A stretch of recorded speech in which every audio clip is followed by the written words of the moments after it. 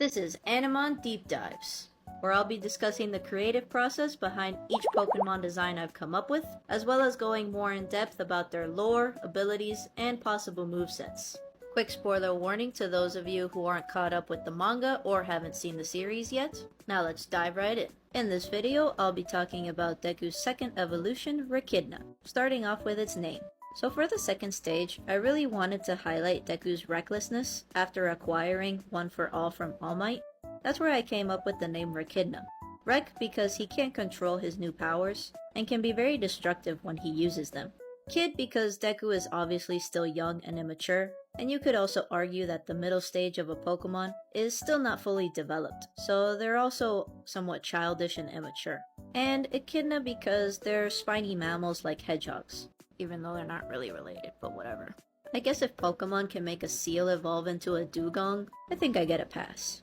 Deku's recklessness in this part of the series is also why I decided to make Wrekidna the reckless Pokemon, because of how little regard Deku has for his own safety and well-being, much less his arms. Good god, this boy has broken his arms a lot. This is why Wrekidna has little regard for its own safety, and will jump into battles if they feel their party members are in danger. In the wild, they've been seen rushing in to save weaker Pokemon from very tough opponents, although they usually end up severely wounded themselves, because the opponents they take on are much too strong for them.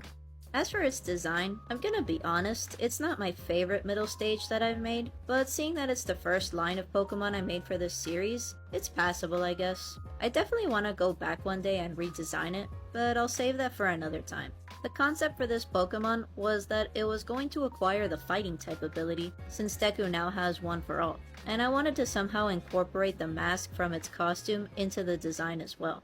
Eventually I came up with a hedgehog looking Pokemon, with a design resembling his school outfit and hero costume, and I made the mask as part of its gimmick, where it uses it to hide its fear from its opponents, so they don't see it crying all the time. Because Wrekidna is still not fully developed and doesn't control its power, just like Deku, they're afraid of facing tough opponents, so they cry a lot. This is obviously a nod to Deku being the crybaby hero, and always letting out the waterworks for one reason or another.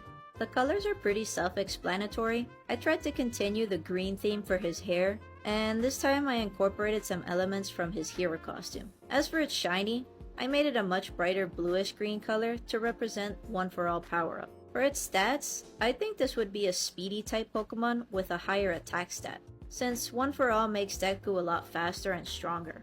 Its defense would be on the lower end, since Deku is still pretty weak in that sense.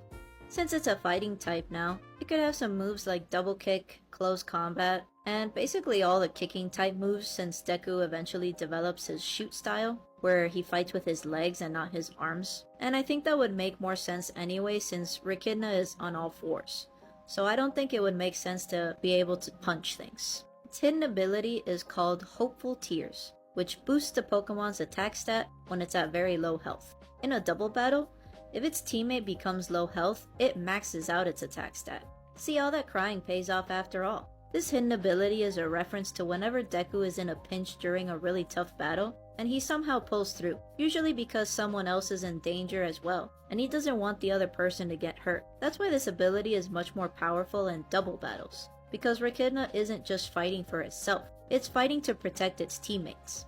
And I think that's about it for Wrekidna. If you guys like this video, make sure to leave a like or comment down below. And if you guys like this series, make sure to follow for more. Next time we'll be doing a deep dive on Deku's final evolution, Vigilog. Stay tuned!